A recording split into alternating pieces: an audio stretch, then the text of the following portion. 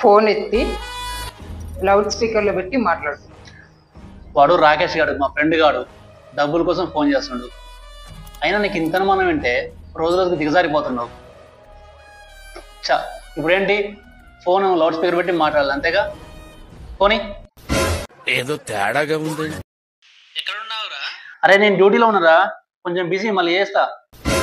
Hello hello baby, నేను సరితని, నల్గొండ వచ్చా. రాకేష్ అన్న కలిసాడు. నా సెల్ నుంచి ఫోన్ చేస్తే మీ ఆమె ఉంటుంది కదా, అందుకే రాకేష్ అన్న సెల్ నుంచి ఫోన్ చేశాను. హలో.